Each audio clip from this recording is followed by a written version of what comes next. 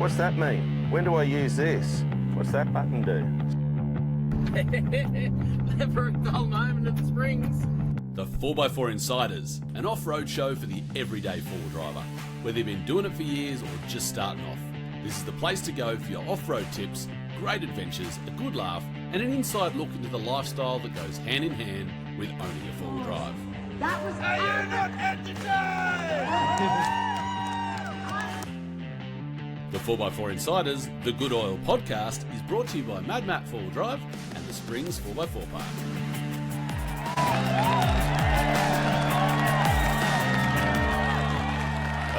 Welcome back. Thank you so much for coming along. Now, in this podcast, we are going to be doing a Simpson Desert special because if you've been following the Mad Matt 4-Wheel Drive YouTube channel, you would have seen that we managed to be the first BYD Shark to get across the Simpson Desert. So we're pretty chuffed about that. But you know what? We thought that there would be a whole heap of really cool tips, tricks, information that we can give you when you're planning your Simpson Desert trip.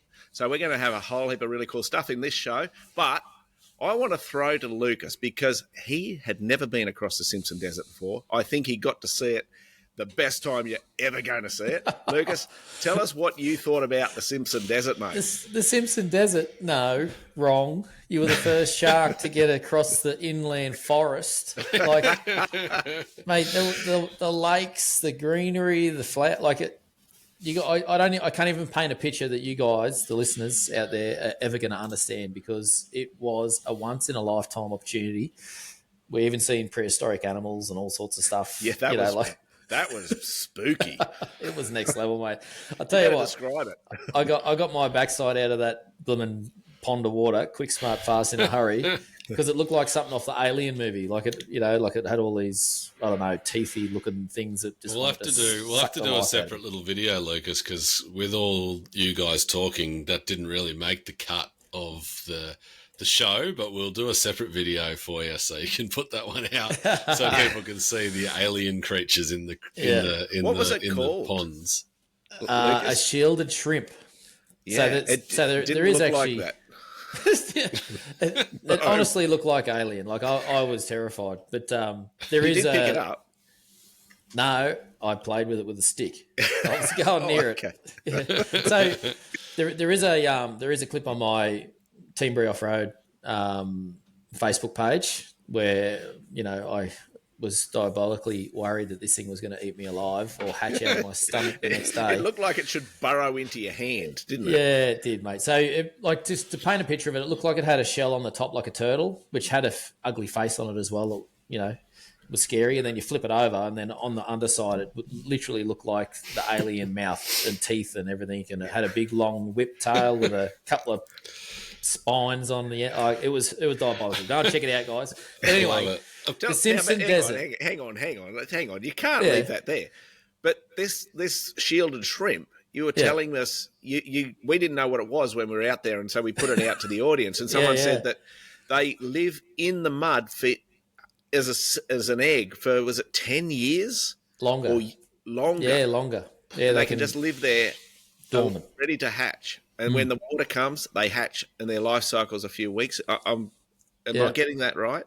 Yeah, so obviously, again, if you check out that Team Bree Off-Road video, there's a whole stack of comments in there. But a few of the facts from it are they live under the sand in the bone-dry desert for years and years and years, like decades, until the water comes, and then they hatch and they lay bulk eggs, and they actually blow around. The wind carries them around. Obviously, they hatch, they burrow down, and they wait for the next bit of rain to come. But the Aboriginal people actually eat them. Someone commented in that, I haven't heard of that before, but you eat them like you would a normal shrimp out of the ocean, which makes completely sense. What if you do salt and pepper shielded shrimp? Is that? I wonder if that's where a bit of white bait would be beautiful. I wonder if that's where Crocodile Dundee come from. Throw a shrimp on the barbie.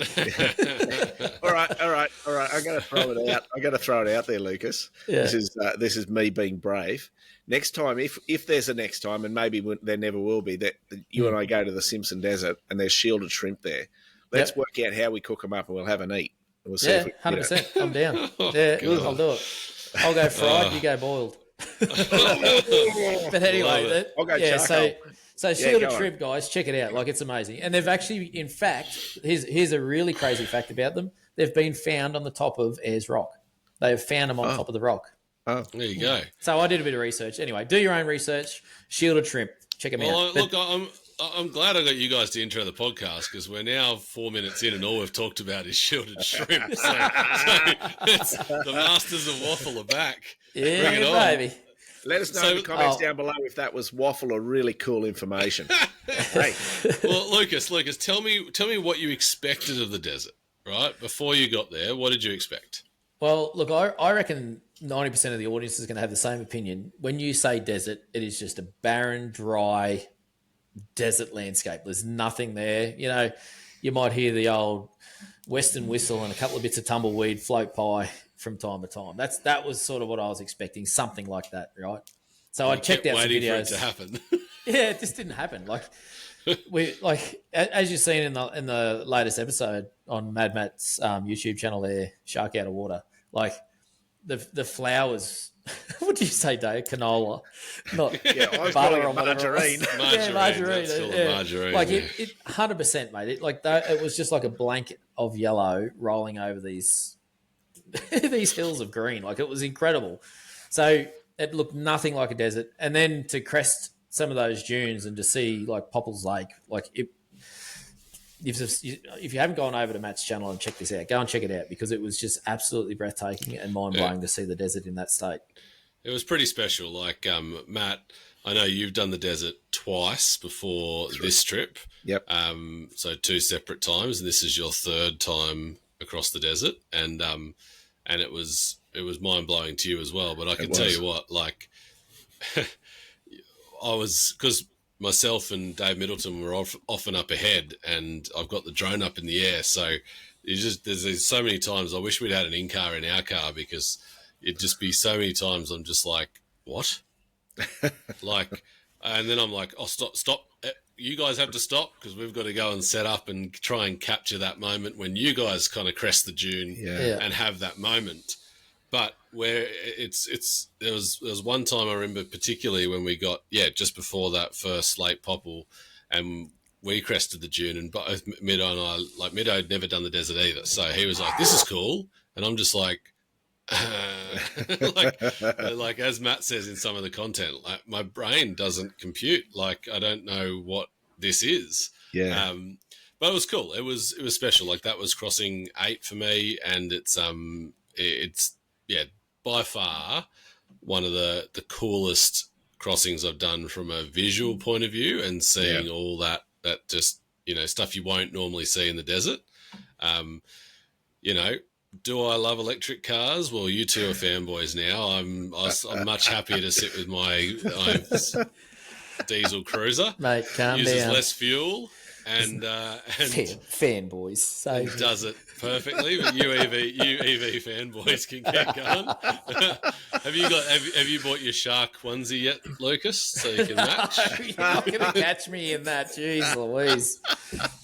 Every day you got up, I'm like, surely you have it. I thought it was a gag, not like just a dumb thing. Not his but actual pajamas. But it's this dumb thing. Well, they were so cozy and warm with my electric blanket. It's like, might as well. So just get wearing them. Look, I love it. Look, guys, we're going to crack on with this episode. So the idea behind this episode is we want to talk about some of the things that happened on the trip, some of the numbers, and how the shark went. A bit more info for people who may have watched and want to see a bit more.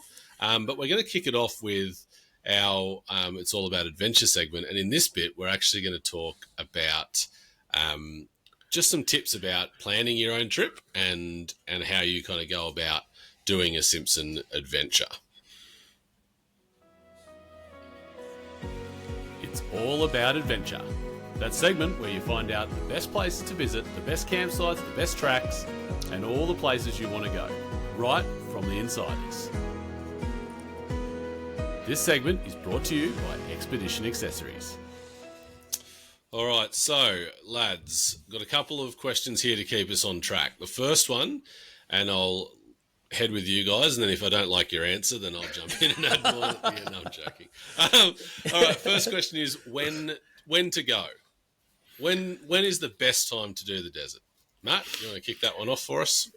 I knew you were going to throw me to that. So basically, it does depend on the season. Every time I've gone to go, they've said it's opening on this date and then they change it. But so you do need to keep close eye on the website for national parks for the Simpson Desert. But generally speaking, they try to open it from about mid-March through to the end of November, okay, is basically the season.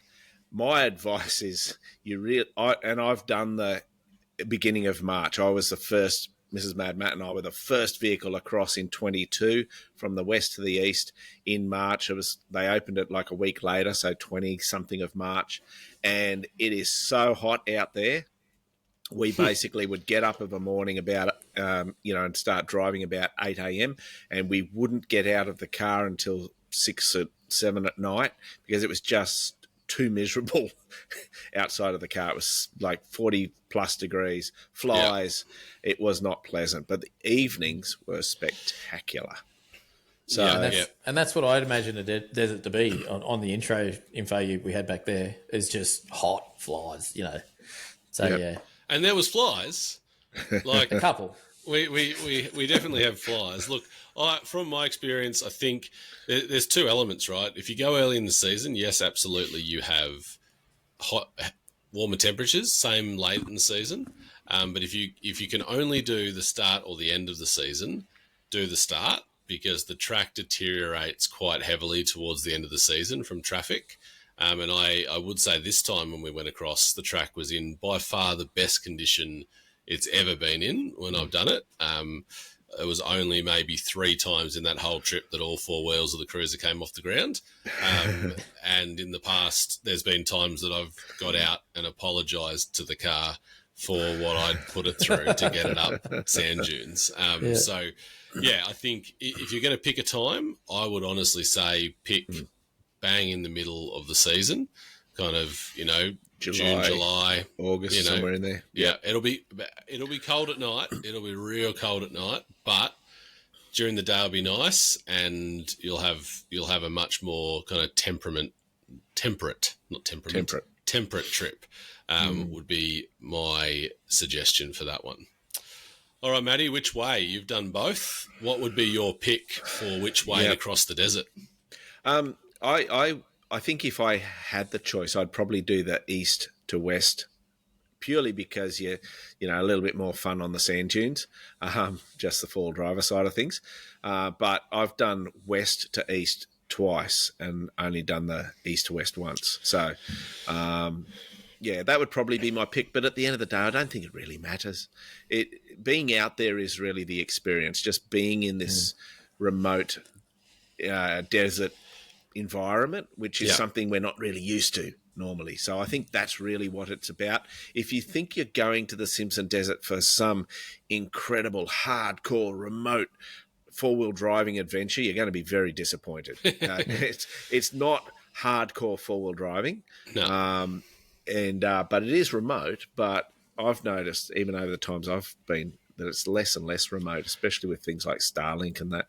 And it's fun. You look at a lot of the content on the Simpson Desert, and there's the guys with 24/7 that got stuck out there in the rain, and I've said it for a long time. The desert is a nice touring trip, right? Yes. Unless you've got something like an old beater, or for them backpacker cars, or for us back in the day, 1960s old vehicles, then it becomes more of a challenge, right? Yeah. But in the modern four-wheel drive, even all-wheel drive Shark, it's easy. It's a comfortable drive, Yep.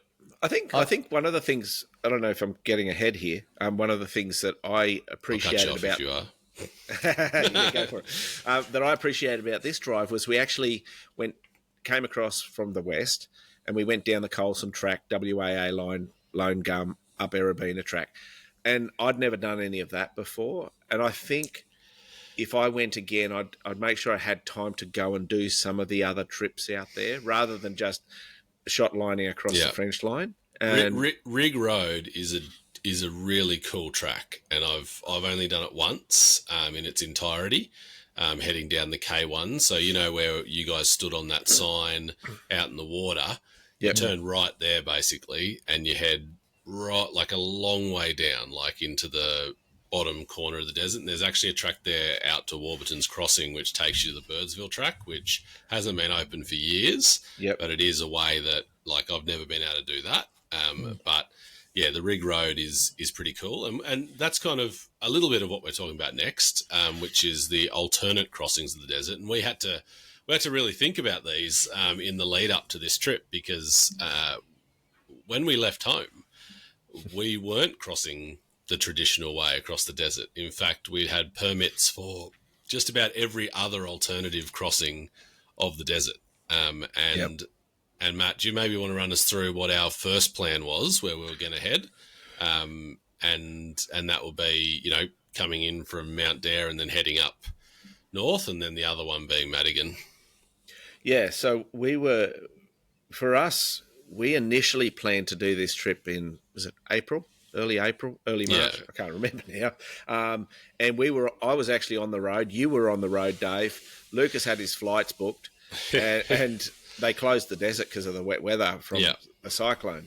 And so we had to come up with another thing. So we did that. So this trip, we found this tiny window where all of our calendars allowed us about 7 or 8 days total, like to get from home back to home. And it was just too tight. So we could do the normal crossings. That is correct. It was bad. We could do the normal crossing, but because the Queensland side hadn't opened when we left home, we had the permits to do Mount Dare up through the Madigan line, which is a northern crossing of the Simpson Desert up in the Northern Territory, and it comes across onto a track called the Hay River Track, which goes from Popple's Corner north all the way up onto the Plenty Highway. It's, I think it's like 500 Ks, the Hay River Track, is it? Yeah, about 470 from Popples up to the camp, the next fuel anyway, and then 300 plus from Mount Dare to Popples. Yeah, so we would have needed more jerry cans, I'm telling you. I was worried, don't worry. I brought all of them that we could. So we were going to go from across the Madigan line and then north on the Hay River Track and come out on the Plenty, which would have been absolutely horrendous from a filming, creating the content perspective. We would have pretty much every night had to smash out at least 100 or so Ks just to make the trip happen.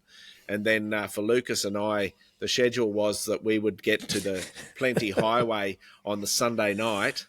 And from there, we had to be in Sydney by Wednesday for the Sydney Fall Drive show. And we were both just dreading this concept of having to do basically 3,000 Ks in 2 days.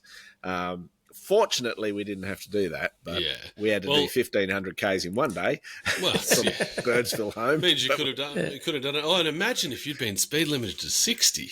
That little problem. We'll get to that shortly. That crossed my mind. What we're going to do now is let's talk about how long you should plan for a trip across the desert. So I might go to you for this one, Lucas. Like, you've now done it in a quick time frame with us filming. But if you were going and taking the family, right, to do that again, how long would you put aside to do the crossing? Probably not including heading out there, but let's say from Birdsville to Mount Dare, what would you take? Yeah, so to do that one in the guts there, I reckon you'd want to leave at least 2 weeks. Me personally, just purely so when you get to Dalhousie Springs, like, you can enjoy that for an extra day. Like, you can just chill out there, and maybe even go from Dalhousie Hot Springs up to the ruins and check out the ruins, and then go back to the springs and start, just so you're not running around, rushing around, checking it out. You can actually stay there and appreciate it, read the plaques, and just appreciate the whole area, because it was very rushed for us. Obviously, with in mind, we had to get to Sydney, so it would have been cool to do a little bit more exploring, I guess, around the ruins and stuff. And I think if you give yourself 2 weeks, it'd give you time to do that. And the same with Popples and all of them big salt lakes. Like, I would have loved to have walked down into the salt lakes, into the where it gets really gooey, and just really appreciate and understand that place a little bit more than what we did. So. Yeah. I think I would say for me it'd be, I'd be talking a minimum of a week to cross it.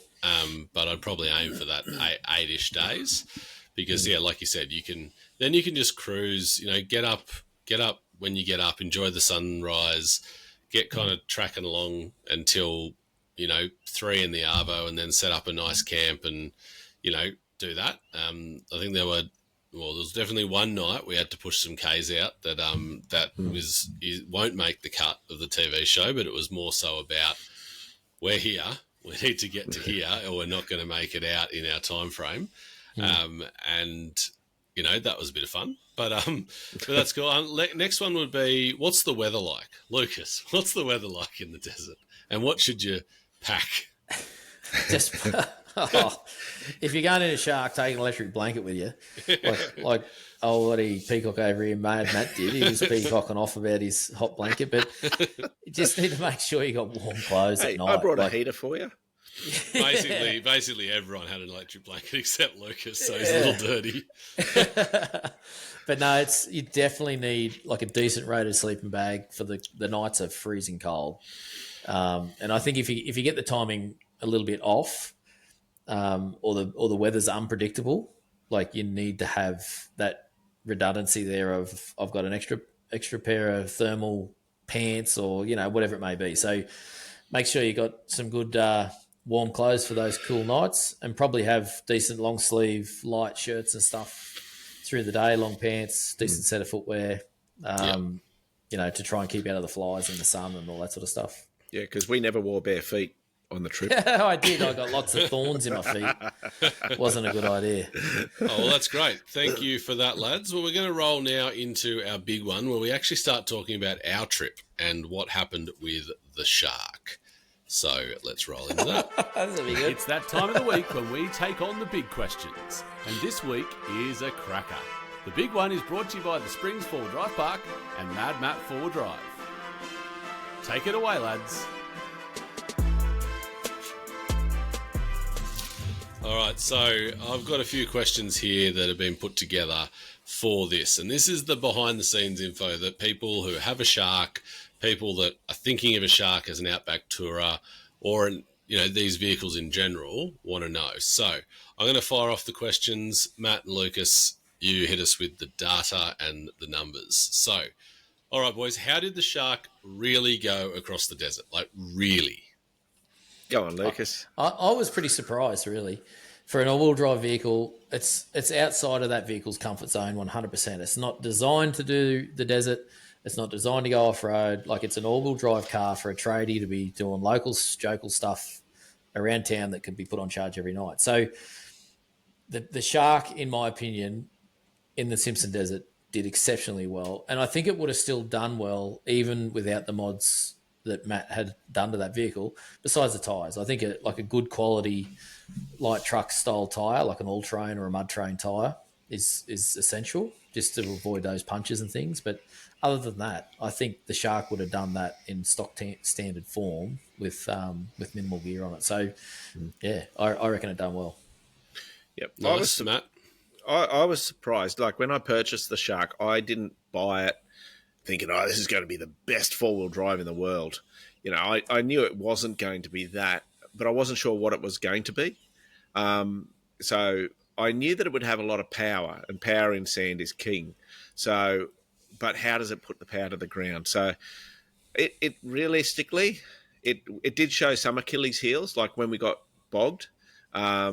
It bellies out really bad because it's got such a long wheelbase and it's such a flat underbelly. It just bellies out. So that's an Achilles heel for sure.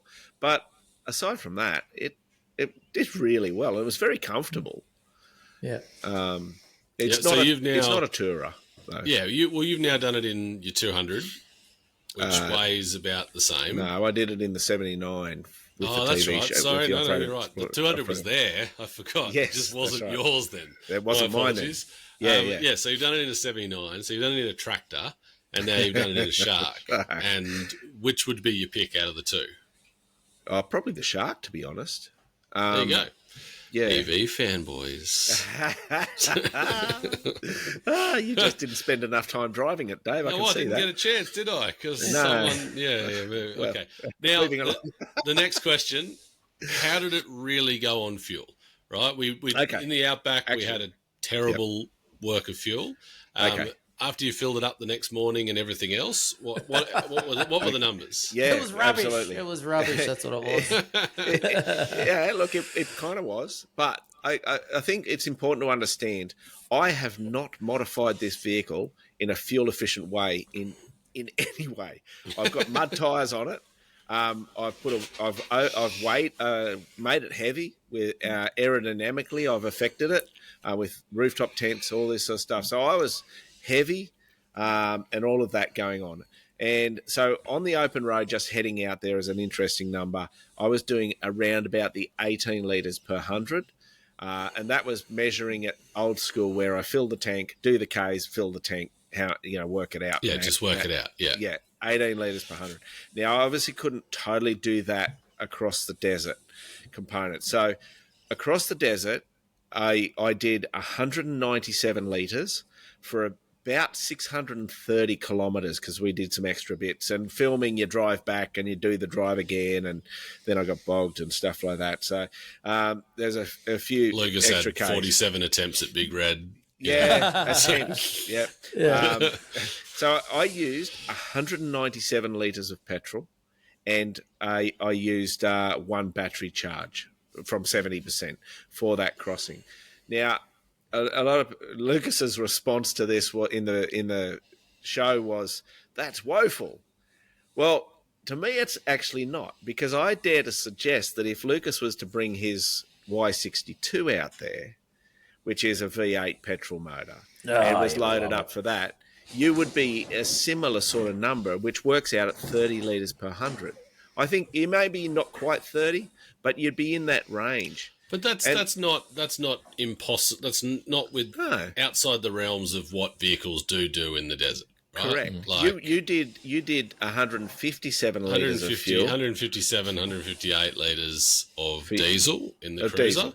Right. Yeah, correct. And diesels in that low speed, high torque sort of scenarios do excellent, which is why we use them for that scenario. So when you factor in its petrol motor, I actually think that it did surprisingly well.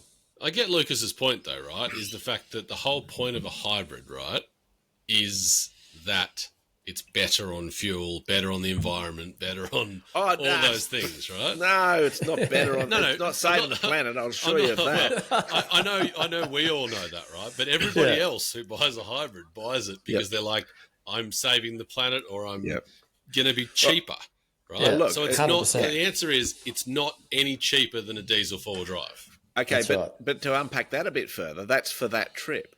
See, imagine the scenario. I'm at home and I charge it up off my solar at night because I've got a Tesla battery. Yeah. Okay. I love it. It's a great car. So if I'm charging it up off solar at night with my Tesla battery, filling it up. Yeah. Okay, I'm sort of. But if I can charge it for free, and then I go and do my running around, school runs, all that during a week, and that's how I use it for 42 weeks, 48 weeks of the year, and then I go on my holiday and I burn this, this sort of fuel. My cost of fuel over the year is so cheap. Yeah. And that's where they start to make sense. But Lucas, any comments on that before we crack on to the next one? Look, I think, like I've said before, if it was an unloaded car in stock standard trim with the original factory size tyres, not bigger tyres, fatter tyres, like all that stuff, as a local joke around town, it's probably not a bad thing. But if you're going to do any sort of distance, like even if you're going to drive to Newcastle, for instance, or whatever like that, they are an absolute waste of time. Yeah, I'd agree. I'd agree with that. I'd much rather drive the 62 at 18 litres per 100 or 15 or whatever it may be, as opposed to the electric car.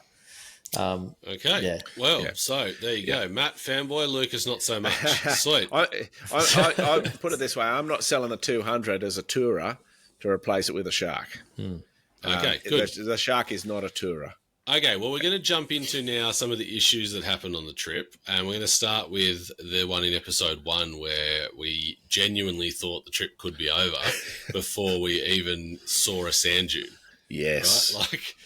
Like, I still remember my opinion there was like, oh, all this, how am I going to make this an interesting story? Like, this is the most boring thing that's ever happened.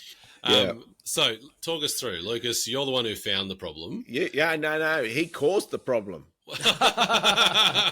Always, when he drives my cars, he breaks them. Correct. So, Lucas, tell me how you found the problem. What were the signs?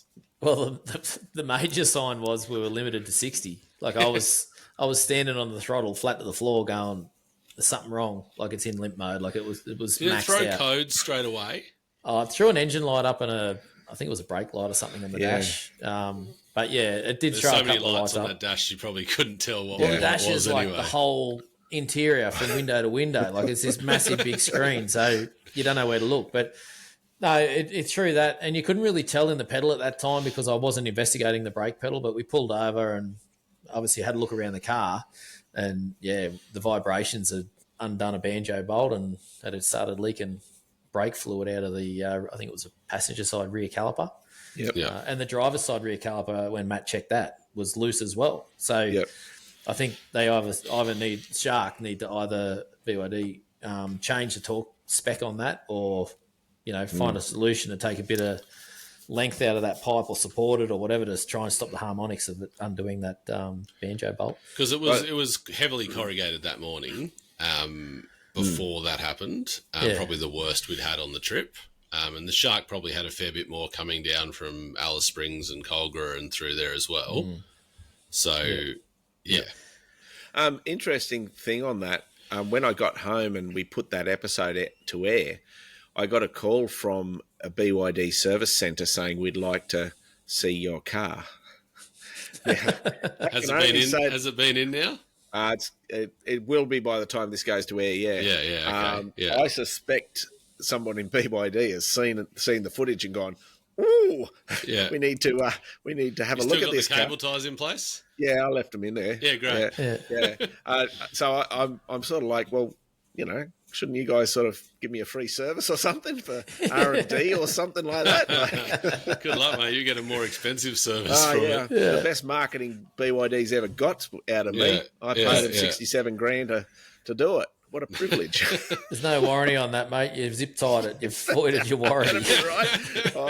There'll be a video about that then. That'll be interesting to see what they come back with on the Shark. But hopefully, look, let's hope it's actually all positive and they want to have a look and make some adjustments. Because let's be honest, they have to. No one would have. How do you test a car for that, right? Especially a car that's not actually intended for that kind of trip. However, it is a four-wheel drive. Well, regardless, as it's on us, the brake caliper being on a wheel is going to experience harsh vibration and hits from time to time. So it is theoretically possible that could come loose over time, just driving down a rough dirt bitumen road, hitting potholes or whatever. Yeah. So I think it's actually something that BYD would be genuinely pretty keen to get sorted out. Well, what I think was the most concerning part about that whole fix on my side of things was I was like, brake fluid in, bleed it, get going, etc. And then when Lucas came back from chatting to his contact, and it's like, you need 6 litres of brake fluid. And we've already organised, I've already organised the litre that's coming from Mount Dare, because they've probably only got 2 litres at the roadhouse there, or the pub, because most people pack their own ready for the trip. And even Matt hadn't packed his own brake fluid. No. So, luckily Trent had a bottle there. Well, you would have had your bottle, Dave. Yeah, no, me and Trent already discussed him carrying that stuff and me carrying other things. So we were covered. Moving on. I like it. It's good. We'll talk about spares, what we need to take later on in the episode, which is a good one. Now, the question a lot of people want to know, has there been any confirmation that it was actually faults cleared by anybody, or was it just the car realising that everything seemed fine again? So being good. I personally think that's what happened. Yeah. Upon reflection, in the episode, Lucas and I get insanely excited because, it's just the car's working properly, and and so we started spouting off all sorts of conspiracy theories. But tinfoil hat stuff. Yeah, but from a mechanical perspective, and in the reflecting later, I think that we bled the system. We never let the system get empty completely. And so I think the fact we filled up the brake fluid and all that, it allowed itself to purge and come good. Yeah, that's my honest opinion. And it makes sense, right? Like, ultimately, and that's actually not a bad feature for any car to have, for sure. Right? Because there are plenty of cars, Land Rovers, out there that just don't clear codes unless they are cleared externally. Well, I'm still conspiracy theory, I could tell you, because he still thinks it happened. When I was talking to the team at BYD directly, the one of the big dogs there, he said to me that unless you have a certified BYD scan tool, you will not clear the codes. You can see them, but you will never get rid of them. It has to go to a service technician. But BYD. the codes could still be in the car now. Well, they could be, but it's functioning. But it's in, like, to go from a limp mode to a drive mode like that. Like even like the Patrol or the Hiluxes I've driven in the past, once they go into limp mode, until you get a computer and clear that code, it doesn't go anywhere. It stays there. Yeah. So for it to just disappear, the lights to go off on the dash, and the car to come to life, like I'm like, there's got to be spaceship stuff going on. I don't think we'll ever know. But one of the things important to understand for the audience is that the brakes in the car are part of the regen system. So it's not only friction braking, but it's electrical braking, and the system all works in together. That's probably why it's so complex. Yeah, makes sense. Okay, so next one is talking about drive modes. So Can we skip this one? No. Well, I was still confused in the episode. Oh, we're confused. As to which is the best drive mode for the desert. Have you got any answer? It's not sand. Yeah, I reckon it's snow. Snow? I reckon snow is the best option. Yeah. And I reckon even just leave it in snow all the time. Like, it's just by far the best mode in that car. Okay, well, there you go. So, snow mode for the desert. Mud was pretty good too, but sand in the sand was not so good. Okay, now... It makes no sense at all, does it? No, it's great. This car makes no sense. The next one. We had a little challenge, 10 litres of fuel challenge. There was some shenanigans and silly things that went on. But the question people want to know is, can you outdrive the computer? Yes or no? What do you think, Lucas? Nah, I don't reckon you can. Like, I was trying all sorts of spacecraft stuff, trying to get the best I could out of the 10 litres and 70% of battery. And I mean, I think at the end of the day, I actually won that challenge. But I agree. I do agree. Yeah. Oh, go on. I'd like to hear how this works. I'll explain quite clearly. Matt, you're assuming that the K's left on the dash for the battery, actually do that, right? Which we all know K's is do at nothing. least They're rubbish. out. I believe that we calculated it based on the K's that he did on the battery. No. You don't know how many K's he did on the battery because he was charging the battery at the same time. No, he went until he ran out, and then went. Okay, Matt.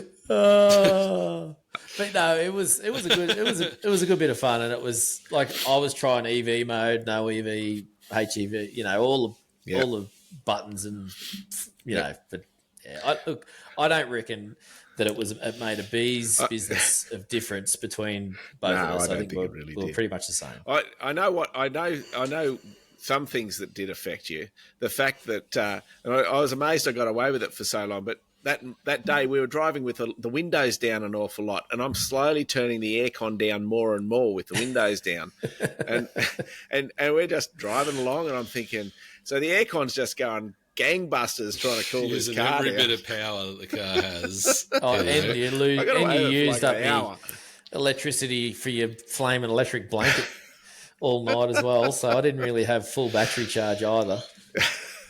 But anyway, So it's a good point. As I said, I feel like without shenanigans, Lucas may have won that challenge. Yeah, but I went and got bogged for him to even it up. Yeah, I love it. Okay, now we're going to jump on to the next bit, which is obviously I'm going to talk a little bit about the water in the desert, which is pretty cool, right? Like seeing that amount of water in the desert was next level. But what's really, really cool, and on speaking with Ben, who's the publican at Birdsville at the end, I was like, people got to get out here quick, like, and see this. It's going to be gone soon. But what he actually said was that because it's not hot now until the end of the year, that water will only very, very slowly evaporate, right, over the next couple of months. He thinks there could be water in those salt pans right into next year's season. Like there'll be enough water that through that real hot summer where it hits 50 plus degrees out there, there's so much water there that even that won't all evaporate. Wow. Like in that amount of time. So it's crazy. My advice is this year is the year to go do the desert. Like if you've got a trip, if you can get out there September, October, July, it's, I know it's July and it's like July now, but August, September, like just plan a trip and go and do it because you're not going to see this level of water out there in the future. And it's important to understand you don't have to do a desert crossing. Go to Birdsville, drive out for it. From Birdsville to Popple's Corner, you're going to see the lakes at that point. You can do that in a day comfortably, camp out there a couple of nights and drive back. It's true. Yeah. Easy done. You could literally do a 2 days, out to Popple's, do it, then come back. We'll obviously Air Creek when that drops and you can go straight across the normal crossing. That'll take 100 or 60 Ks out of that that route. But that's cool. Okay, so the next one is, and I'll mention this one because, there's been there's some comment and some controversy about it. Salt pan, Matt. We crossed the salt pan. Yes, there was a detour sign there. What was the thinking behind that, and why were we comfortable doing that? Yeah, well, firstly, it was a detour of, the road was closed when they put the detour sign in. It wasn't like a road closed sign. If it was road closed, I wouldn't have done it. And we followed the normal road that you would cross that salt pan. So it's not like we were going in there causing, doing something illegal or damage. I just, I want to underscore that. I don't know. I'm probably a bit like you boys, where if there's an adventure that you can have, I'm keen for it. And the idea of being able to get the first vehicle across a salt pan, there's a little bit of cool factor about that, I suppose. And so that was it for me. Was like, let's go and do this. And it's on my first crossing that I mentioned earlier. We did that. I think it was that same salt pan. We ended up being the first across that year as well. And I was by myself that time, and it was boggier than what it was this time. It was, a bit sketchy, but we got across. But walking it was definitely important, I think. I was hoping the whole way across you were going to properly go down, eh? No, you wouldn't. I was, Producer Dave was excited for that. I was like, this would be great. Like, because I don't have to do any digging in that situation. Yeah, that's the best part I've got to film this. That would have been misery. The really disappointing part would have been the fact that I was about 50% battery at that stage, and I was like, I just hope I have enough because I didn't want to walk back and get another one. You would have got Trent to bring one out to you. Neither of those cars were coming onto that salt pan. I can tell you that for sure. They actually went around the outside. So which once sounded went sketchy. Across, they went around the detour, and there were times that was sketchy in the detour for those boys as well. So, but look, I think all in all, it was good. It was a good bit of fun, and I think, as Lucas said in the episode, if you're going to do something like that in the desert, right? And like I said, we're not suggesting people cross salt pans that are not the normal track, right? There are plenty of people that think, I'll just point a straight line between point A and point B, and you can't do that in the desert. You're meant to stay on the form tracks. Yes, right? That's right. But that is the form track, right? Yep. That is the track that goes through. So as Lucas said, we were prepared. The back drawer of the cruiser had 100+ meters of extension straps in it. I know, Matt, you had more extension straps. Trent had some as well. So even though I think, Lucas, you said in the video it was about 100 meters of straps, we probably had closer to 150, 200 meters of straps if we had to do something to do that, plus winches. Right? So there's many options there to get Matt out if something had happened. And that's where, we've seen videos in the last couple of years of, Isuzu trucks or other things like that get stuck in the desert after rain on salt pans and have to get airlifted out and all that kind of stuff. And the discussion on our side was we are confident that we can self-recover this if something happens. Right? It wasn't off camera. We did have a proper, genuine four-wheel driver conversation about this whole thing. It wasn't just, send it and hope for the best. I love it. I think we got pretty lucky. Because there was some pretty feral, soft bog holes and in that. It's like landmine. He's just somehow missed them. Hey, I was dodging. Obviously we walked that and tried to pick as much of that as we could out so we could get around it. But you need to be prepared for the worst. Like you need to go look at that. Go, I'm going to drive it and I'm going to get bogged. That's how you be happy with that. Yeah. And prepared to be able to get it out of that bog anywhere along that whole width of that salt pan. So big call. And then I guess the next step from that is the shark in the water, right? I know, Lucas, when you first approached that water crossing, you're a bit like you're a bit iffy about what are we doing? And I don't think the pictures in the show even really give justice to just the flow that was on that water, right? Yeah, 100%. And you guys walked it, and it was like if you put you sit on a inflatable tire there, and you'd be 100 meters down that in not that long, right? No time. Yeah, 100%. So tell me about your thoughts there, Lucas, when you first rolled up and looked at that.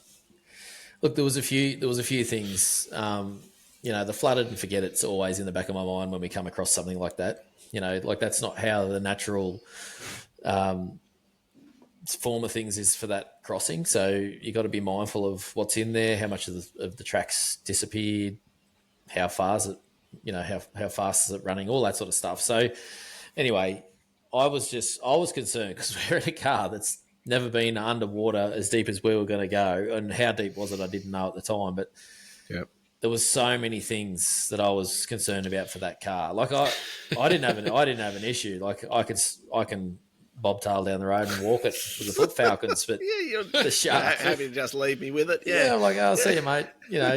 But So and then when we walked it, like I'm going across, I'm like, it's up to my hips. Like, it's not shallow. Like this has got some depth to it, and it had rocks in it as high as my kneecaps. So if you hit one of those, is there a potential that could roll under the car, pierce a battery, and we're all as it was, we you know? rolled a rock, like we hit something. It wasn't that massive, but we felt it roll all the way under the car. So, there was lots and lots of thoughts. Obviously, walked it first, multiple lines when we were walking it, and sent a Toyota. See if it'd survive to start with, because he had a snorkel and winch and everything else. And, but even him, when he hit that rock on the exit side, holy smoke! All the dust, like the punishment that put that car through. It was crazy. So it was solid, and when I remember when we put the cruiser through after, you forget how big the shark is, right? In height of that bonnet. Like a lot of people, unless you've seen one, it's not like a Hilux. Yeah. Right? Like a Hilux is quite low, right? Let's be honest. Like, if you'd put a D-Max or something through there, water would have touched the windscreen. Yes. Like that's the depth. Like the cruiser is on 33s, 2-inch lift, decent height, and water went up onto the bonnet and straight in the bonnet scoop. Right. So it was decent deep in that first bit. There has been some talk about potentially we were on the wrong side of the upright markers. Oh, really? There's actually looking at some footage that's come out recently. The apparently the actual line was The high side. between the bank with the marker on our right. Oh, Right? okay. But then when Lucas walked that section of the track, there was big boulders Yeah. through there, right? But according to the information online, as you come from west to east, the pickets are on the driver's side of the car, Okay. right? But as we said, you guys walked it, and you guys picked the spot that you were comfortable with. And I would still recommend that for anybody. Yeah. Like, you can go off the pickets, right? But anyone could come in and move those pickets just to be silly, right? Yeah. So, in all honesty, if you're ever crossing a river, you're going to get wet, Yeah. right? Well, like, unless you're in Cape York, and then maybe don't get wet because you might get eaten. But one of the things about the way I drove it was I intentionally went quite slow, slower than I probably normally would have. And that was because I knew I had plenty of traction. There was plenty of traction. It wasn't a soft bottom where I needed momentum to go through it. I don't have a snorkel on that car. And I knew that we were going deeper than the 700 millimeters maximum wading depth. Now, I made the assumption that, they'll say 700 millimeters, but I also knew where the air intake was to the motor at, the back of the engine bay up in that corner. So I figured, I'll just keep it slow, let a bit of a bow wave develop and keep that part of the engine bay dry, which we did. do you know what I'm disappointed that I didn't do, Matt? Yeah, what's that? Put a GoPro in the engine bay. So should have done that. I know, right? Like, I thought about it when I was editing it, and I was like, just pointing at the air intake. Yeah. Like, to see how close it got. Yeah, like, you can't actually see That would have been cool. We got to remember that in the future. Yeah, definitely. But one of the things that absolutely did my head in, just the ignorant complacency, I'm going to say. So when we were setting up, we'd got all got Don't be so across harsh on yourself, mate. Come on. That's mean. No, this guy, when we were on the other side of the river, we'd all crossed and we were still doing our filming thing and playing practical jokes on each other, on one person in particular. And that guy in the Prado just rolled on up and just sent it. Didn't slow down, didn't look at it, just, people are crossing and just drove on in. And look, he may have come back the other way. Maybe. But I get it, right? Like, it's not just a walk in the park. It's a fairly decent crossing. I think people sort of see what we did and think, you need to man up. It's like we've been there and seen what happens when it goes wrong. When it goes wrong. Yeah. I got a thought. Why would it hurt? It really hurt. But why? I can tell. Why wouldn't they, the people that mark out the crossing, right? Why wouldn't they not put a picket on the left and on the right, side by side, all the way across? So you just stay between the pickets, because that way it'd be a lot more easy to layman terms, understandable. Yeah. Like you go, there's the line. Like, because it was two that way, two on that angle, like it didn't really make a great deal of sense. But if they were side by side, I think it'd make a whole lot more sense. To be honest, I found the star pickets a bit confusing. That's what I mean. I actually got confused as to, like, I got there and I thought, it's keep it on your left here and then put them on your right there. And so I was sort of thinking that. But then I thought about it later when some of you guys said, oh, no, keep them to your left all the way through. But then Trent did that line and he found all those big rocks. Yeah, and then I did that as well. But because I knew the rocks were there, I sort of managed to avoid that. But, I did find that a bit confusing, to be honest. Yeah, look, it's definitely one of those things that, it probably...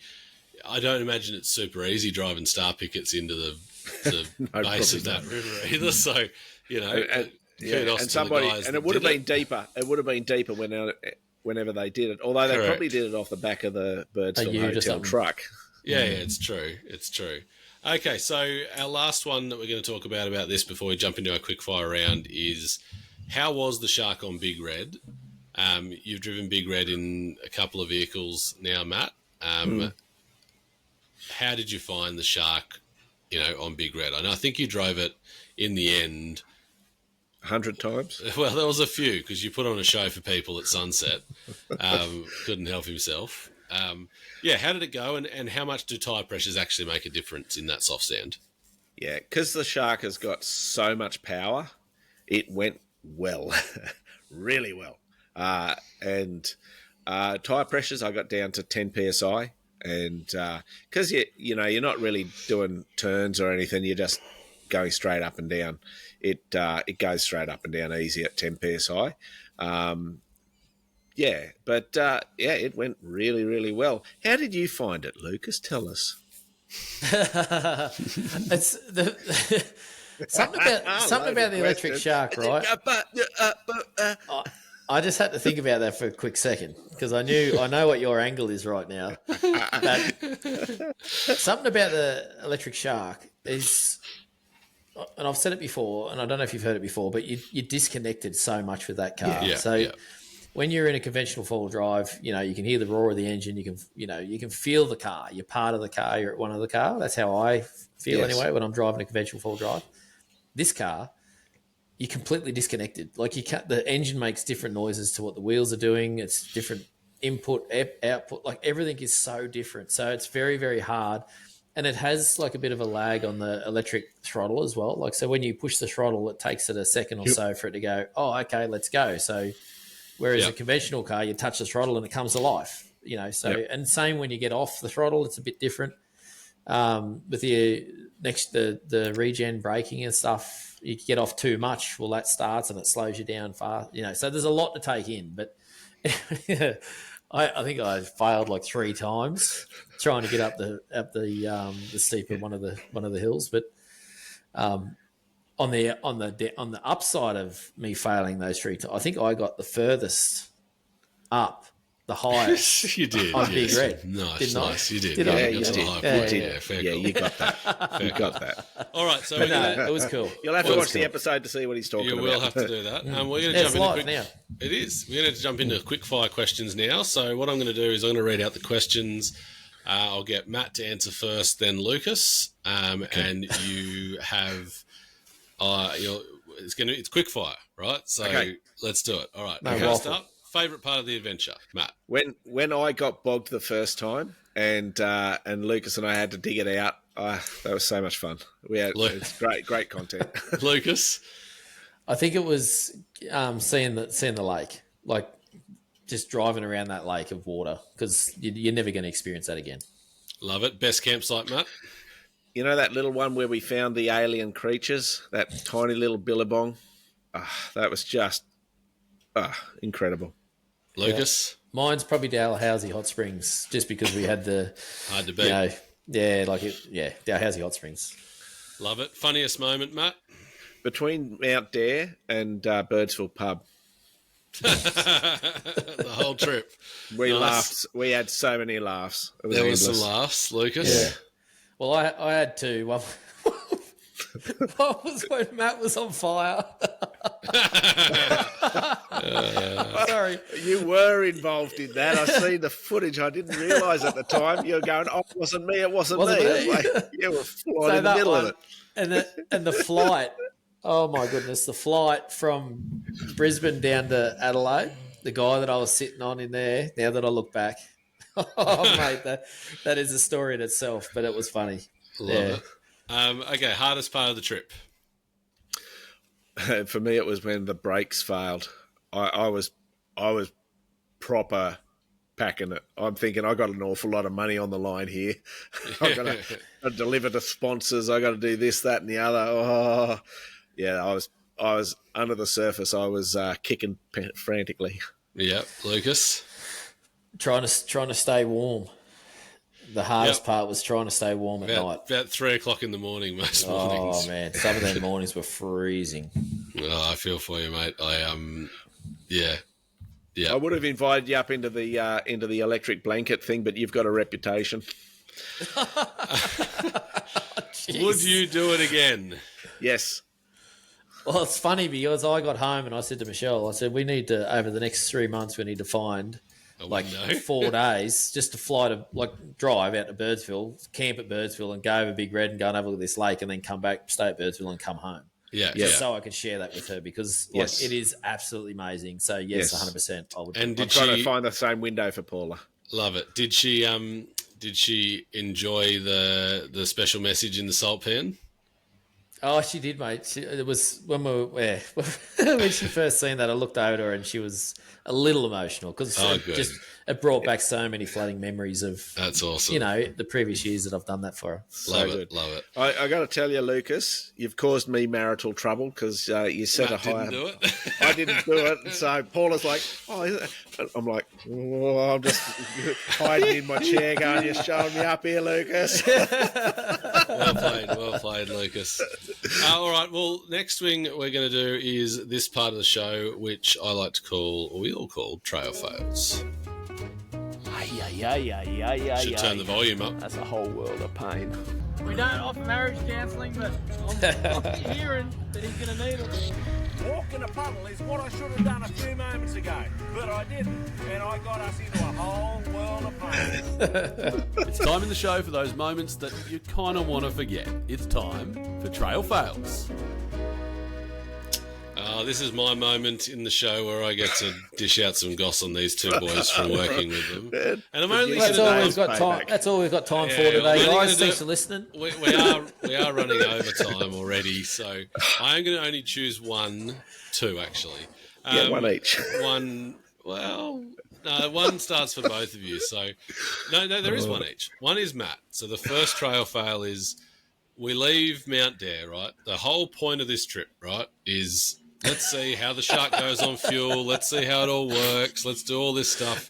We roll out of Mount Dare. We're filming. We're getting all this stuff done. I look over at Mido in the car and I'm like, do you reckon Matt's reset his like odometer back to 0 at Mount Dare? And Mido's like, yeah, of course. Like, but then Mido's like, did you ask him to? And I'm like, I didn't. And then he's like, yeah, he wouldn't have. So we call Matt on the radio and it's like, hey, Matt, just double checking you reset your Odo at Mount Dare. And I knew straight away because there was just this pause. And I was like, you know when someone's in trouble and all you hear is, no. And I wish, once again, in-car in the camera car, it was like, what the? Like, how, this is the whole point.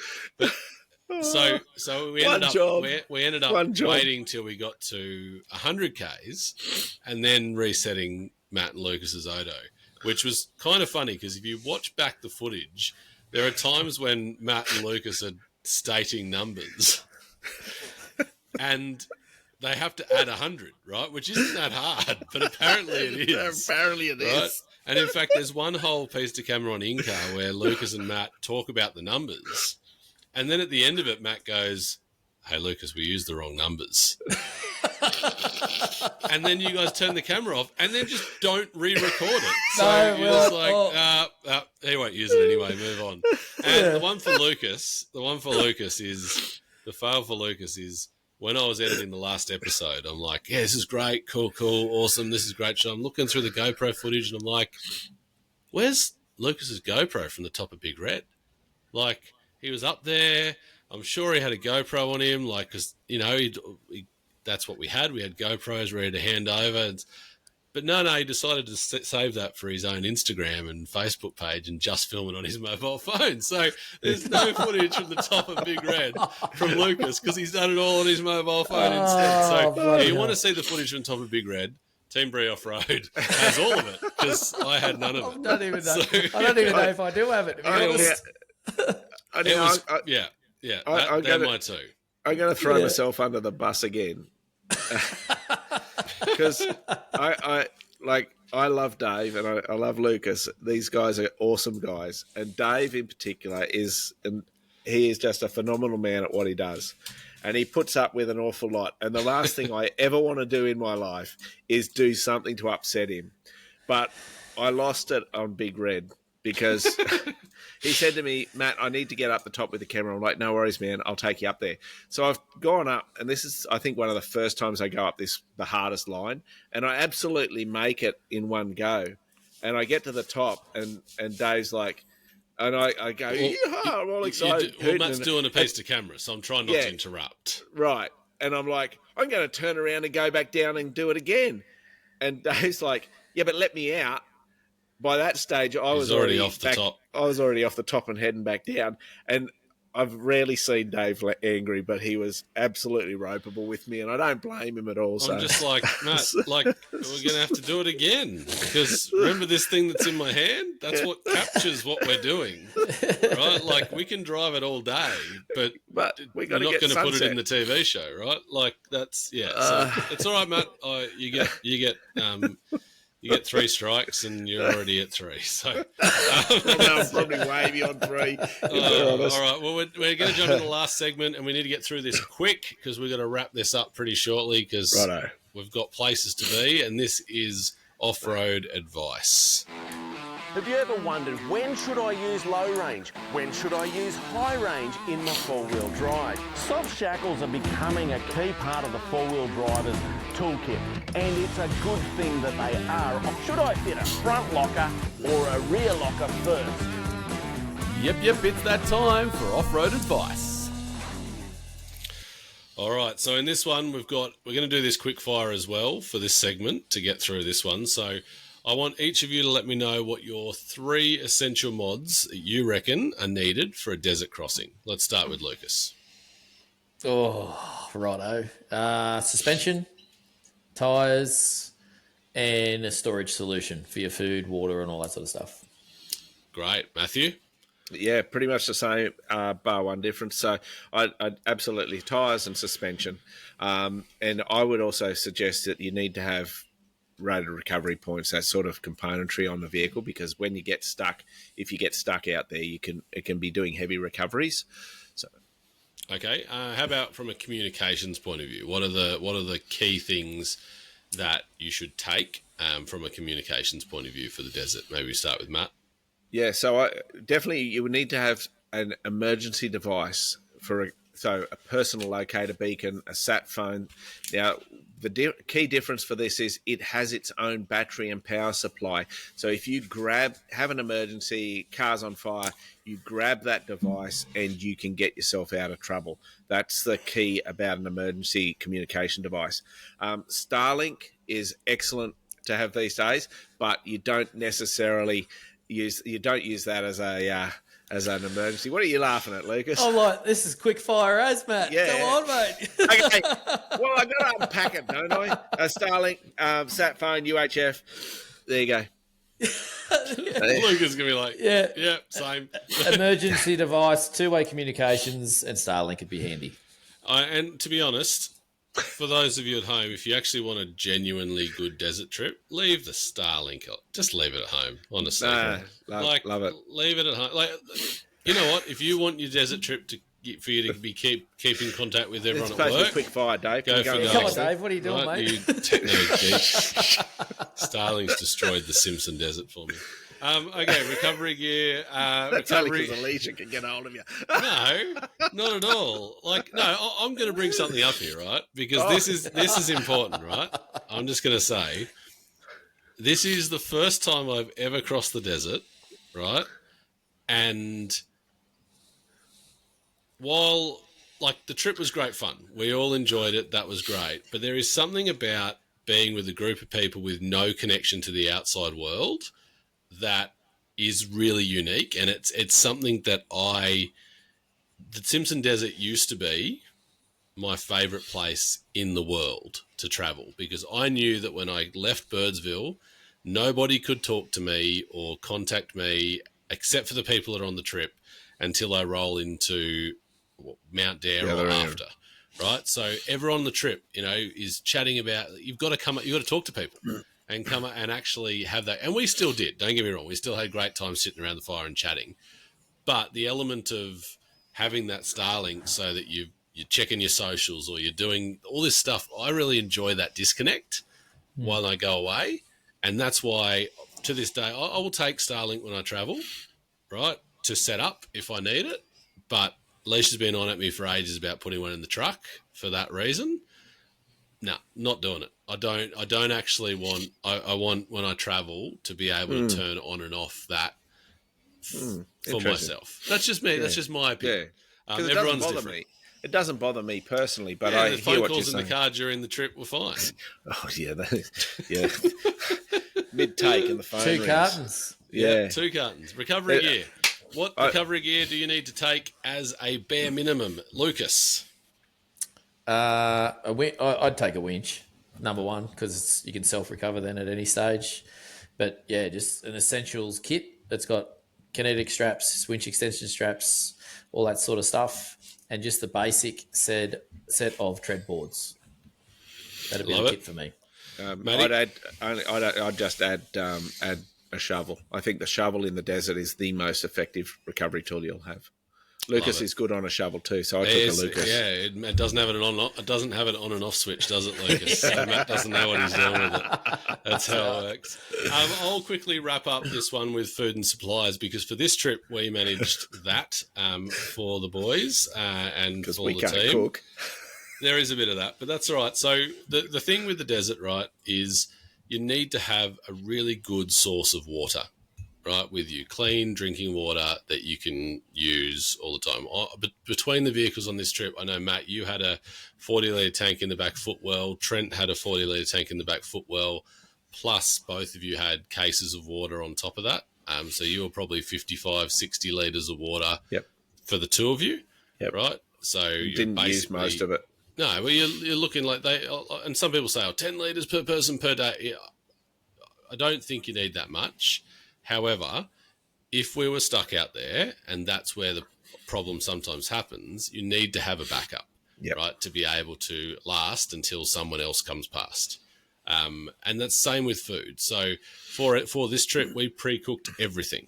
Everything was pre-cooked and cryovac and frozen, because we're, obviously filming and we have other stuff to do. So, getting the food done quickly and efficiently worked really well for us. And also, you got to remember, all your stuff's getting slammed around in your fridge all day. So you got fresh veggies in there. They're going to be bruised within 10 minutes going down the road, or the packets are going to split open from things. So I would highly recommend pre-planning your food for a trip like that. Makes a big difference. And cans are not necessarily the best solution either. Matt had some pretty sketchy looking cans by the end of the trip that didn't have much aluminium left between the liquid and the I was surprised none burst. Yeah, well, and that's what can happen, right? Stuff can break in the fridges, and there's nothing worse than, ruining a bunch of different food because one thing broke in your fridge.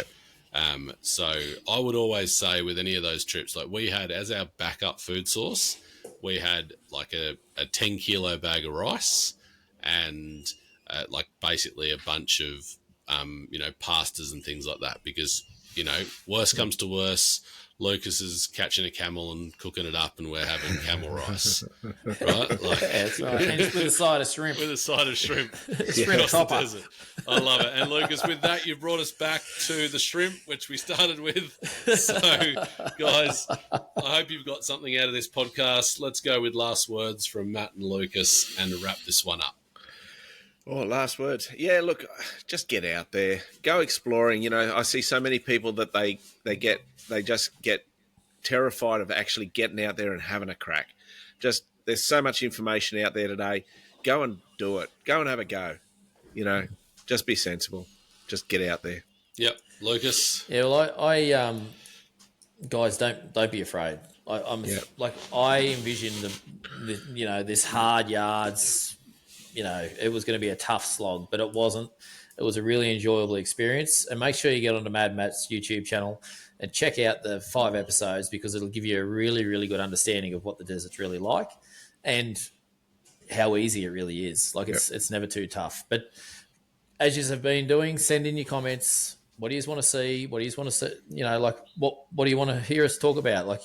Bring some stuff to our attention, guys. Thanks for listening this far. Can't wait for the next episode of The Good Oil. Yeah. Love it. All right, guys, we'll see you on the next side. What's Yeah. that? On the next side? What does Yeah, that what even do you mean? Enjoy the adventure. Yeah, stay safe on your adventures. Or something like that. Stuff it. Stuff it.